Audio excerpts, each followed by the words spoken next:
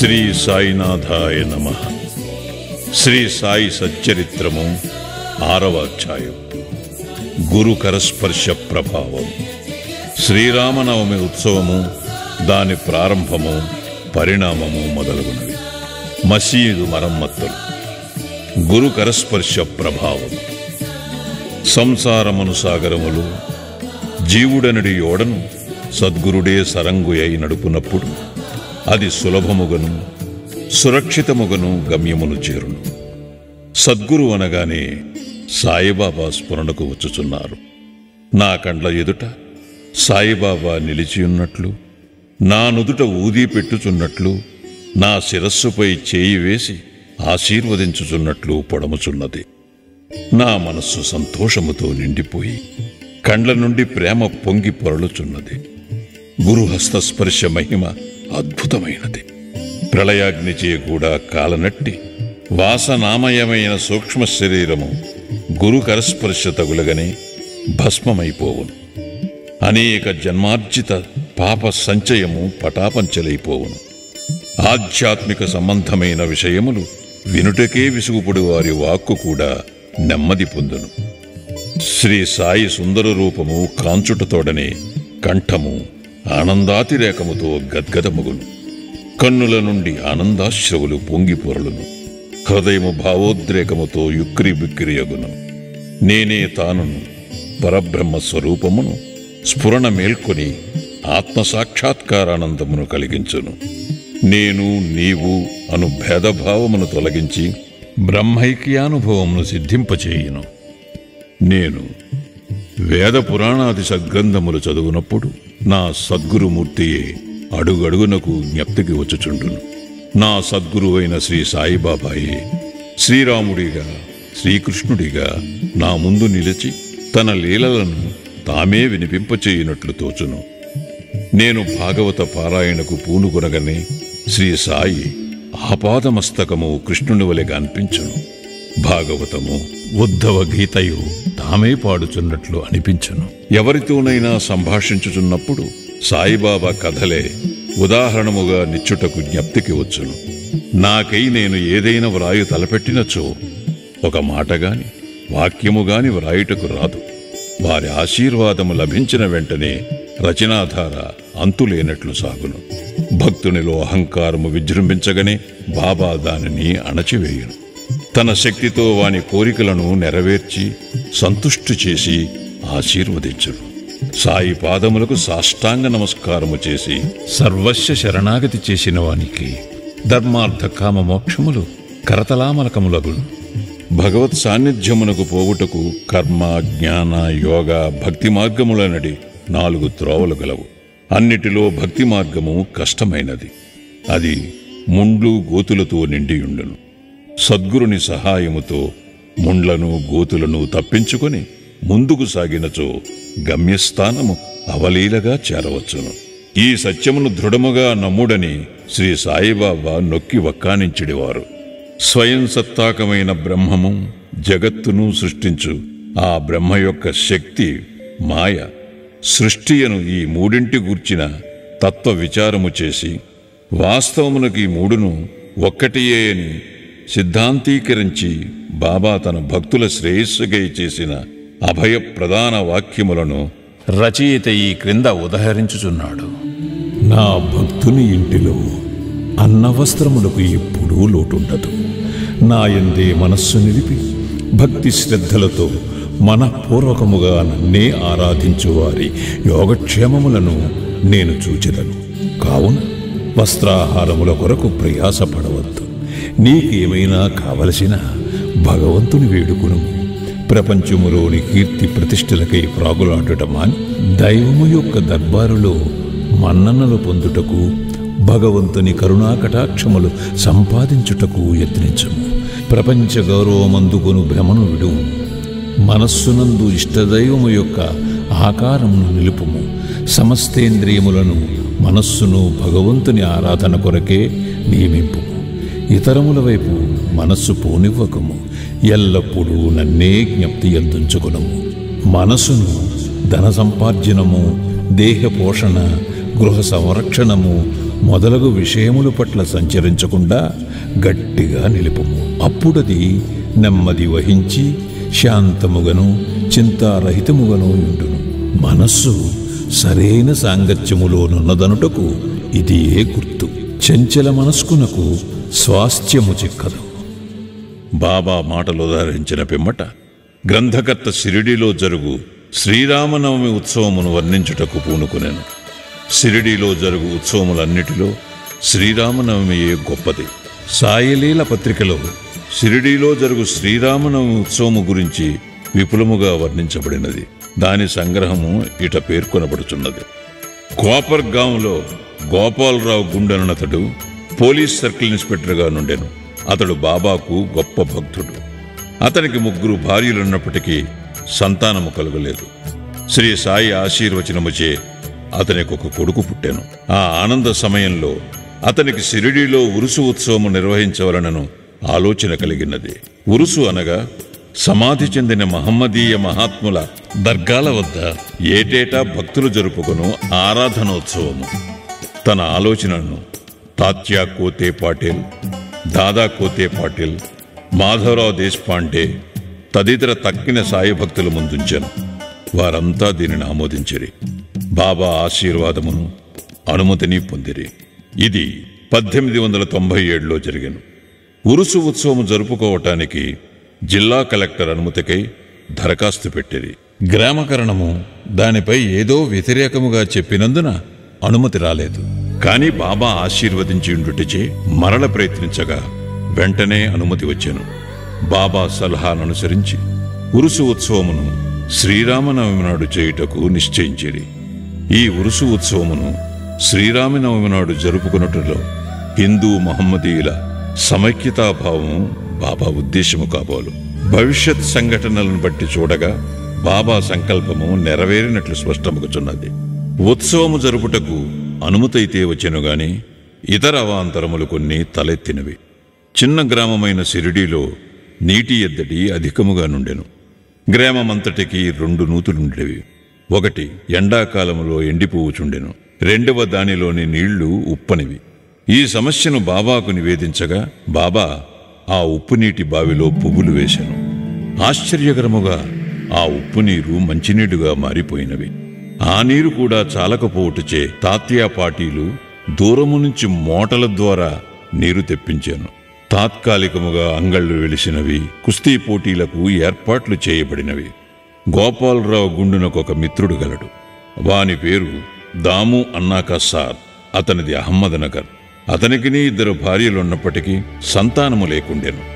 అతనికి కూడా బాబా ఆశీర్వాదముచే పుత్ర సంతానము కలిగెను. ఉత్సవము కొరకు ఒక జెండా తయారు చేయించవలనని గోపాలరావు అతనికి పురమాయించాను. అటులనే నానాసాహెబ్ నిమోన్కరును ఒక నగిషీ జెండా తెమ్మని కోరెను. ఈ 2 జెండాలను ఉత్సవముతో తీసుకుని పోయి మసీదు 2 మూలలందు నిలబెట్టిరి. ఈ పద్ధతిని ఇప్పటికీ అవలంబించుచున్నారు. బాబా తాము నివసించిన ఈ మసీదును ద్వారకామాయి అని పిలిచెడివారు. చందనోత్సవం సుమారు 5 ఏళ్ల తరువాత ఈ ఉత్సవముతో పాటు ఇంకొక ఉత్సవము కూడా ప్రారంభమయ్యాను. కొరాళా గ్రామమునకు చెందిన అమీర్ శక్కర్ దలాల్ అను మహమ్మదీయ భక్తుడు చందన ఉత్సవమును ప్రారంభించాను. ఈ ఉత్సవము గొప్ప మహమ్మదీయ పకీరుల గౌరవార్థము చేయుదురు. వెడల్పు పల్లెరములో చందనము ముద్ద ఉంచి తలపై పెట్టుకుని సాంబ్రాణి ధూపములతో బాజా భజంత్రీలతో ఉత్సవము సాగించెదరు. ఉత్సవము ఊరేగిన వెమ్మట మసీదునకు వచ్చి మసీదు నింబారులోనూ గోడలపైనను ఆ చందనమును చేతితో అందరూ తట్టెదరు. మొదటి 3 సంవత్సరములు ఈ ఉత్సవమును అమీర్ శక్కర్ నిర్వహించాను. పిమ్మట అతని భార్య ఆ సేవను కొనసాగించాను.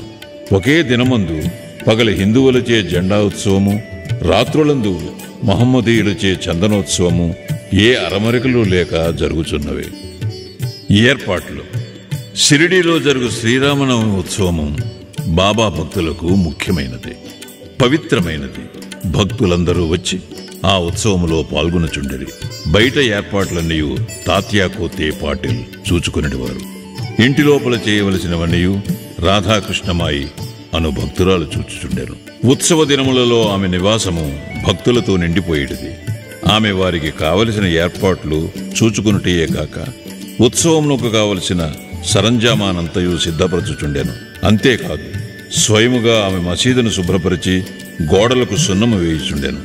మసీదు గోడలు బాబా వెలిగించు ధుని మూలముగా మసిపట్టి ఉండేవి.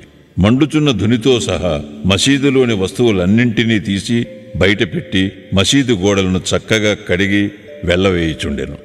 ఆమె ఇదంతయు బాబా దినము మార్చి దినము చావిడిలో పరుండునప్పుడు చేసేటిది.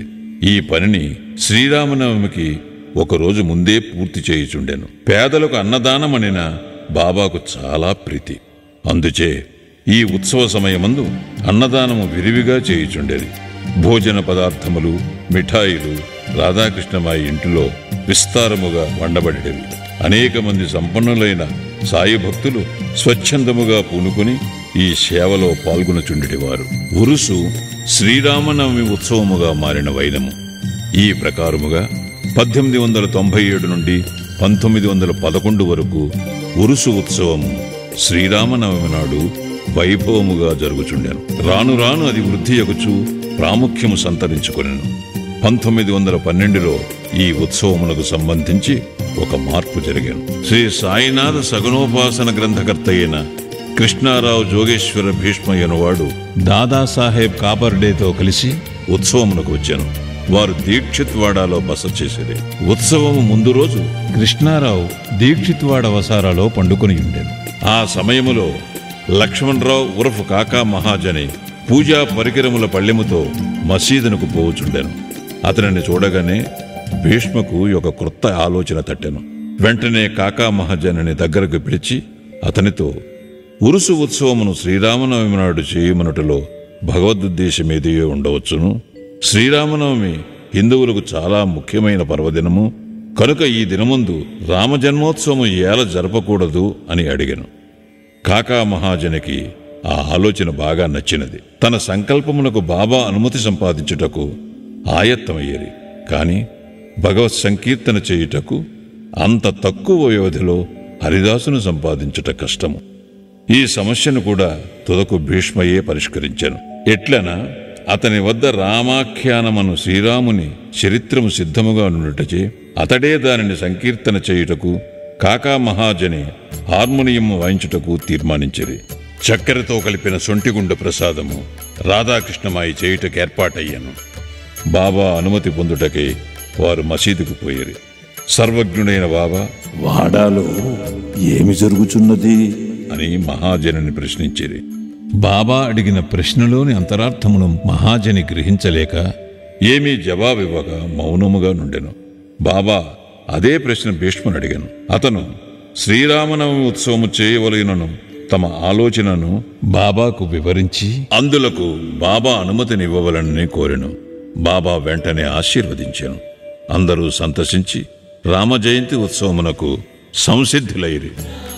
ఆ మరుసటి దినము మసీదును అలంకరించిరి. రాధాకృష్ణమాయి ఒక ఊయలనిచ్చెను. దానిని బాబా ఆసనము ముందు వ్రేలాడగట్టిరి. శ్రీరామ జన్మదినోత్సవ వేడుక ప్రారంభమయ్యను. భీష్ముడు కీర్తన చెప్పుటకు తెచ్చెను. మహాజని హార్మోనియం ముందు కూర్చునను. అప్పుడే లెండి నుండి మసీదుకు వచ్చిన బాబా అదంతయు చూచి మహాజనిని పిలిపించాను. రామజన్మోత్సవము జరుపుటకు బాబా ఒప్పుకొనునో లేదో ఏమగునో అని జంకుతూ అతడు బాబా వద్దకు వెళ్ళాను. అది అంతయు ఏమని, అక్కడ ఊయలు ఎందుకు కట్టిరని బాబా అతనిని అడిగాను. శ్రీరామనవమి ఉత్సవము ప్రారంభమైనదనియు అందులకు ఊయల కట్టిరనియు అతడు చెప్పాను. బాబా మసీదులో ఉండు భగవంతుని నిర్గుణ స్వరూపమును సూచించు నింబారు నుండి 2 పూలమాలలను తీసి ఒకటి మహాజని మెడలో వేసి ఇంకొకటి భీష్మకు పంపాను. హరికథ ప్రారంభమయ్యాను. రామకథా సంకీర్తనము ముగియగానే బాజా భజంత్రీల ధ్వనుల మధ్య శ్రీరామచంద్రమూర్తికి జై అను జై జయధ్వానములు చేయుచు పరమోత్సాహముతో అందరూ ఒకరిపై ఒకరు గులాలు జల్లుకునిది. అంతలో ఒక గర్జన వినపడెను. భక్తులు చల్లుకునుచుండిన గులాల్ ఎటులనో పోయి బాబా కంటిలో పడెను. బాబా కోపముతో బిగ్గరగా తిట్టుట ప్రారంభించెను. ఇది చూచి చాలామంది భయముతో పారిపోయారు. కాని బాబా యొక్క సన్నిహిత భక్తులు మాత్రము అవన్నీ తిట్ల రూపముగా బాబా తమకిచ్చిన ఆశీర్వాదములను గ్రహించి కదలక అక్కడనే ఉండిరి. శ్రీరామ జయంతి నాడు రావణుడనే అహంకారాది అరిషడ్వర్గములను సంహరించుటకు శ్రీ సాయి రూపంలో ఉన్న శ్రీరాముడు ఆగ్రహించుట సహజమే కదా అని భావించిరి. షిరిడీలో ఏదైనా కొత్తది ప్రారంభించినప్పుడెల్లా బాబా కోపించుట ఒక రివాజు. దీనిని తెలిసిన వారు గమ్మును ఊరుకుండేరి. తన ఊయలను బాబా విరుచులను భయముతో రాధాకృష్ణమాయి మహాజనిని పిలిచి ఊయలను తీసుకుని రమ్మనెను. మహాజని పోయి దానిని విప్పుచుండగా బాబా అతని వద్దకు పోయి ఊయలను తీయవలదని చెప్పాను. కొంతసేపటికి బాబా శాంతించాను. ఆనాటి మహాపూజ, హారతి మొదలగునవి ముగిశాను. సాయంత్రం మహాజని పోయి ఊయలను విప్పుచుండగా ఇంకనూ దాని అవసరం ఉన్నదని కనుక దానిని విప్పవద్దని బాబా అతనిని వారించాను. రామనవమి మరుసటి దినమున జరుపు గోపాల్కాల ఉత్సవముతో కాని ఉత్సవం పూర్తి కాదన్న విషయము అప్పుడు భక్తులకు స్ఫురించాను. మరునాడు శ్రీకృష్ణ జననము నాడు పాటించు కాలాహండి అను ఉత్సవము జరిపిరి. కాలాహండి అనగా నల్లని కుండలో అటుకులు, పెరుగు, ఉప్పు, కారము కలిపి వేలాడగట్టెదరు. హరికథ సమాప్తమైన పిమ్మట దీనిని కట్టెతో పగులుకొట్టెదరు. రాలిపడిన అటుకులను భక్తులకు ప్రసాదముగా పంచిపెట్టెదరు. శ్రీకృష్ణ పరమాత్ముడు ఈ మాదిరిగానే తన స్నేహితులకు గొల్ల పిల్లవాంట్రకు పంచిపెట్టుచుండెను. ఆ మరుసటి దినము ఇవన్నీ పూర్తి అయిన పిమ్మట ఊయలను విప్పుటకు బాబా సమ్మతించాను.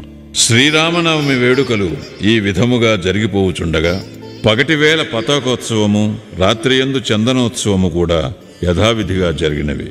ఈ విధముగా ఆనాటి నుండి ఉరుసు ఉత్సవము శ్రీరామనవమి ఉత్సవముగా మారెను. 1913 నుండి శ్రీరామనవమి ఉత్సవములోని అంశములు క్రమముగా హెచ్చినవి. చైత్ర పాడ్యము నుంచి రాధాకృష్ణమాయి నామ సప్తాహము ప్రారంభించుచుండెను. భక్తులందరూ వంతుల వారీగా అందు పాల్గొనుచుండెరి. ఒక్కొక్కప్పుడు రాధాకృష్ణమాయి కూడా వేకోజాముననే భజనలో చేరుచుండెను. శ్రీరామనవమి ఉత్సవములు దేశమంతటా జరుగుటచే హరికథా కాలక్షేపము చేయి హరిదాసులు దొరుకుట దుర్లభముగా నుండెను. శ్రీరామనవమికి 5-6 రోజుల ముందు ఆధునిక తుకారాం అని పిలువబడు బాల్ బువా మాలీయను సంకీర్తనకారుని కాకా మహాజని యాదృచ్ఛికముగా కలియుట తటస్థించినది. శ్రీరామనవమి నాడు సంకీర్తన చేయుటకు మహాజని అతనిని షిరిడీ తోడ్కొని వచ్చాను. ఆ మరుసటి సంవత్సరము కూడా అనగా 1914లో తన స్వగ్రామమైన సతారా జిల్లా బృహత్ సిద్ధకవటి గ్రామములో ప్లేగు వ్యాపించి ఉండుట చేత బాల్ బువా సతార్కర్ సంకీర్తన కార్యక్రమంలో లేక ఖాళీగా నుండెను. కాకాసాహెబ్ దీక్షిత్ ద్వారా బాబా అనుమతి పొంది అతడు షిరిడీ వచ్చి హరికథా సంకీర్తనము చేశాను. బాబా అతనిని తగినట్టు సత్కరించాను. 1914వ సంవత్సరంలో ప్రతి సంవత్సరము శ్రీరామనవమి నాడు షిరిడీలో సంకీర్తన చేయు బాధ్యతను శ్రీ దాసగుణ మహారాజునకు బాబా అప్పగించుట ద్వారా ఏటేటా ఒక్కొక్క కొత్త హరిదాసును పిలుచు సమస్య శాశ్వతముగా పరిష్కరింపబడెను. 1912 నుండి ఈ ఉత్సవము రాను రాను వృద్ధి పొందుచుండెను. చైత్రశుద్ధ అష్టమి మొదలు ద్వాదశి వరకు షిరిడీ తేనె తుట్టవలే ప్రజలతో కిటకిటలాడుచుండెను. అంగళ్ల సంఖ్య పెరిగిపోయాను. కుస్తీ పోటీలలో అనేక మంది ప్రముఖ మల్లులు పాల్గొనుచుండెరి. పేదలకు అన్న సంతర్పణ విరివిగా జరుగుచుండెను. రాధాకృష్ణమాయి కృషిచే షిరిడీ యొక్క సంస్థానముగా రూపొందెను. వివిధములైన హంగులు, అలంకారములు పెరిగినవి. అలంకరింపబడిన గుర్రము, పల్లకి, రథము, పాత్రలు, వెండి సామానులు, బాల్టీలు, వంట పాత్రలు, పటములు, నిలువుటద్దములు మొదలుగునవి బహూకరింపబడెను. ఉత్సవములకు ఏనుగులు కూడా వచ్చెను.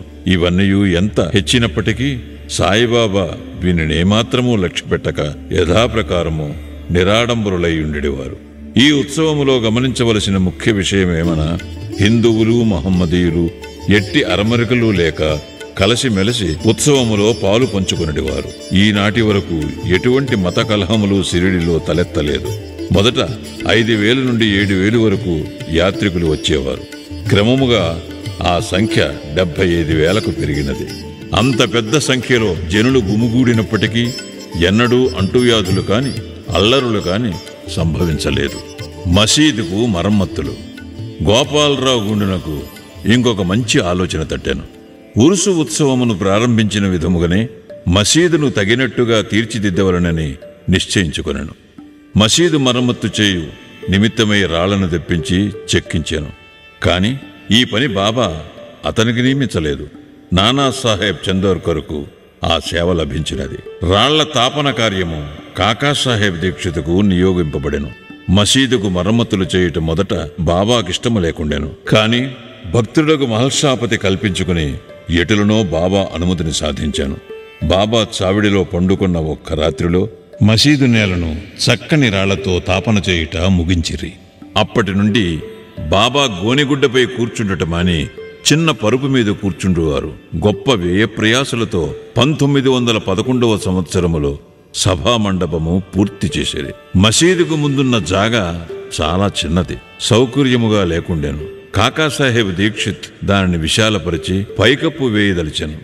ఎంతో డబ్బు పెట్టి ఇనుప స్తంభములు మొదలుగునవి తెప్పించి పని ప్రారంభించాను. రాత్రి అంతయు శ్రమపడి స్తంభములు నాటిడివారు.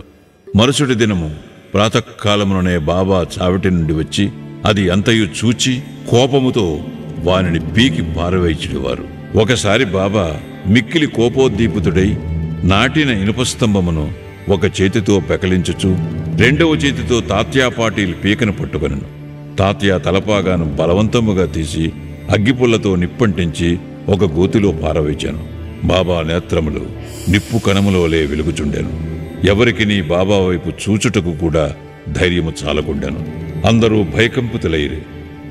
బాబా తన జేబులో నుంచి ₹1 తీసి అటువైపు విసిరెను. అది శుభ సమయమందు చేయు యాహుతి వలె కనపడెను. తాత్యా కూడా చాలా భయపడెను.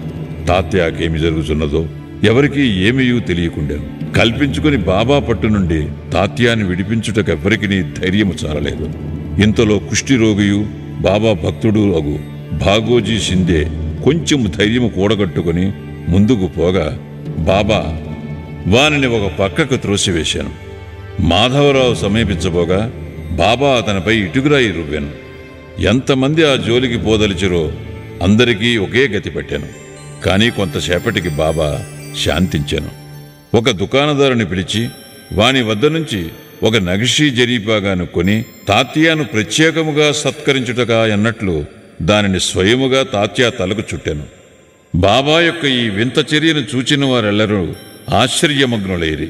అంత త్వరలో బాబాకెట్లు కోపము వచ్చాను.